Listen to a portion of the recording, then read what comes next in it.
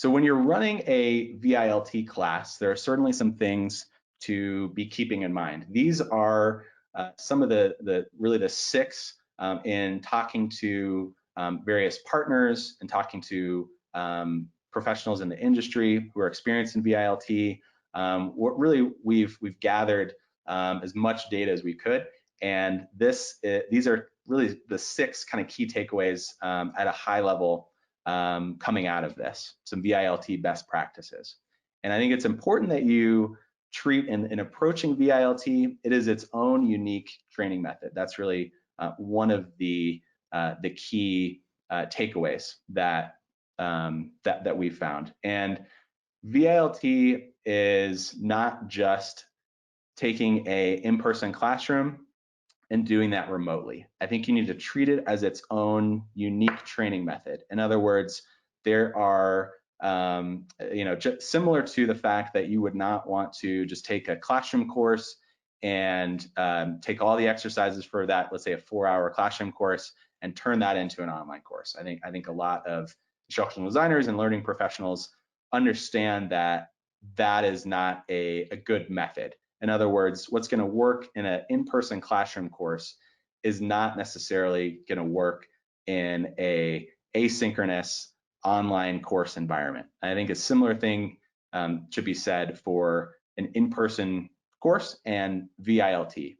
Things that are going to work in the classroom are not going to necessarily work in a remote environment. You need to really treat this as its own unique training method and go about it in a different way than you would go about it with an in-person environment. And some of the resources that we're putting together, really a big part of the intent there is to help with that transition if that's something that you and your clients are doing. So the second kind of key takeaway here is that if you're doing VILT, one of the most important things to do is to practice and to rehearse with the technology. Every single platform is a little bit different, so there's a variety of different video conferencing softwares out there. So whether you're using Zoom or GoToMeeting or WebEx or Adobe Connect, the technology is going to be a little bit different. The layout and the user interface is going to be a little bit different. So there's probably one out of those, or maybe one that I didn't mention, that you're familiar with and you're comfortable with. And that's great, but you might be doing one that you're not comfortable with.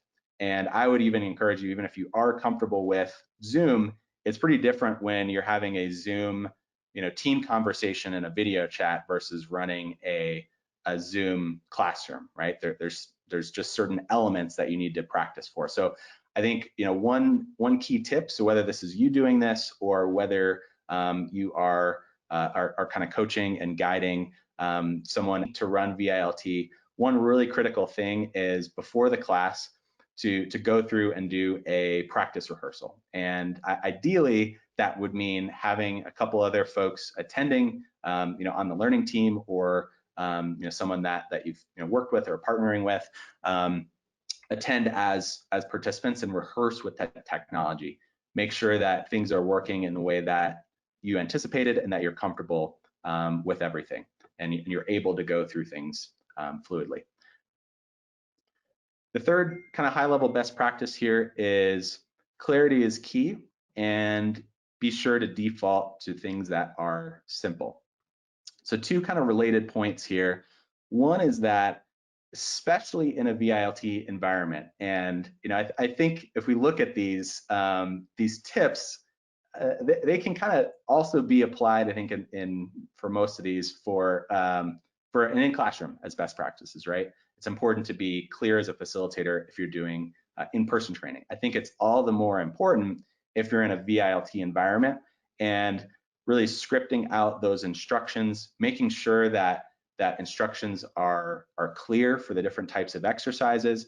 And for the exercises that you're doing, I would say especially in VILT, there's sort of less room for improvisation and for exercises that might be multiple stepped and more difficult.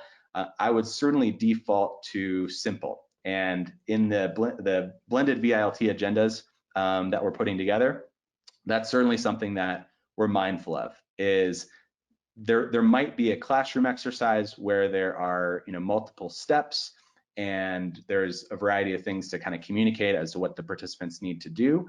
In a lot of cases, if you take that kind of same exercise and map that over to VILT, it's just going to be too complicated, right? And you don't have the benefit of easily reading facial cues, or can just kind of look across the room and see, okay, so-and-so is confused about this. You can't really rely on that in a VILT environment. And so you want to default to exercises that are really simple to explain. Make sure that before you're going through this, you're really clear on how to give that clear instruction for those exercises, and having a nice, simple version of the VILT, whatever exercises you're doing within that VILT exercise or environment, I should say. Fourth tip here, when in doubt, explain. So, and this is, there's some overlap here with the third best practice in that in a VILT environment, so there might be an exercise, let's say in the classroom, where people are writing on a flip chart. Now, you wouldn't have to, in a classroom environment, there are certain assumptions that you can make, right? You wouldn't have to, you can assume that someone knows how to write on a flip chart. If you're doing a classroom training, you don't have to explain that, okay, in this exercise, we're gonna, as a team, write things on this flip chart. There's gonna be flip charts throughout the room. You would not have to explain, to write on a flip chart, please take your pen, take the cap off of it, press it against the paper. So you would obviously not need to explain it. It's a reasonable assumption to make that you don't have to explain to folks how to write on a flip chart. In a VILT environment, that is not the case. So if you're looking at a whiteboard, which is kind of, it's one equivalent to doing a flip chart exercise in VILT, it is, you cannot assume that folks know how to write or type into the whiteboard.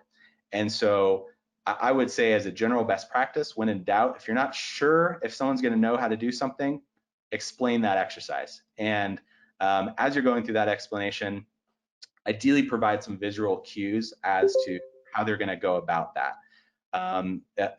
We kind of briefly went over an example of that right at the beginning of the webinar, where I showed you a screenshot of the GoToMeeting user interface, and kind of at that top right there, there's that bar where there's the chat box, and you can click on that chat box, it opens up, and you can type that into the chat. So if there's an exercise where it relies on part of the technology, I think providing those visual cues can be really helpful, because then someone can just kind of glance at that, like, oh, yep, I see that that icon up there, and I know that to chat as part of this exercise, I'm going to need to click on this icon there. So certainly being reliant on those visual cues in helping that explanation can be really beneficial.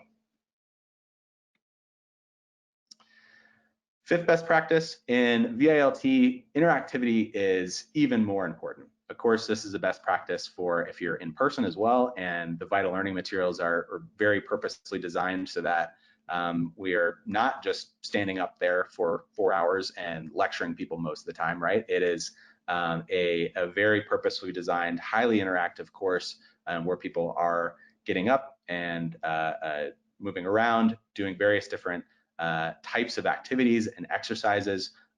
We are switching it up both in the type of exercise and what people are doing, kind of that flow of the class, to keep things interactive, to keep things engaging and interesting. And that level of interactivity is even more important in a VILT led training. So something that generally folks say in VILT, you want to be switching up the exercise or interactivity, or have something new for participants to engage with at least every 3 to 5 minutes. So that's just something to be aware of. And if you think about the class, and it's, it can be hard to get people engaged in an in-person environment. Of course, it's even harder in a virtual environment, because you don't have the benefit of people being in the same physical room. They could, they could walk off and go in the other room, right? And then not necessarily be sitting at their computers.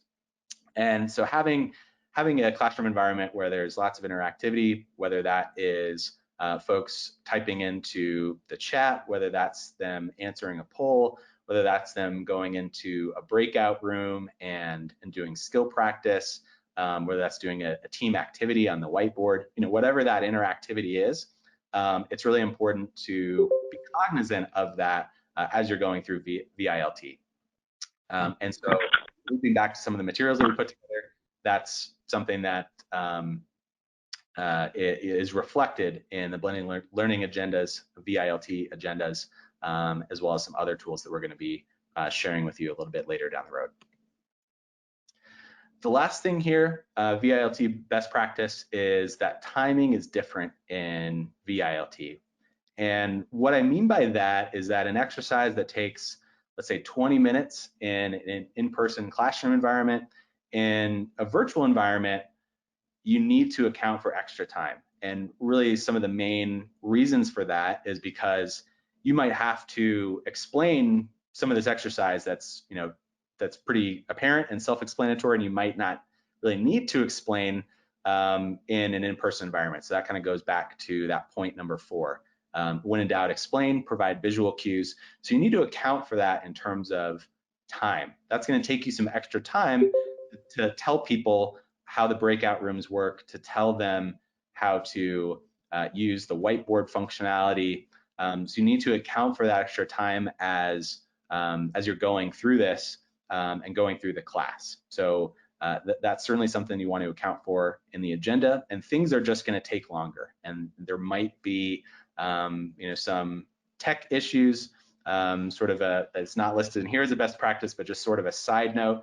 Ideally, when you're doing these VILT sessions, and this isn't always necessarily possible from a resource perspective, but if you can, it's really nice to have a kind of an admin tech person who is overlooking the VILT session. And so you can focus, or whoever is doing the facilitation can focus on the facilitation and not have to address kind of as you're also doing the facilitation, someone who, let's say, my audio is not working, or I'm not seeing your screen, or I can't join my breakout room correctly, or I got kicked off the platform, or that kind of stuff. So just kind of a side note, having somebody who is dedicated to that and who is kind of your facilitation assistant or whatever you want to call it, as you're going through this, who can handle that as those things are happening, is really, really helpful. So just a side note there. But even with an assistant, even with someone helping you there, timing is going to be different in VILT, and so you certainly want to account for that. Things are going to take a little bit longer.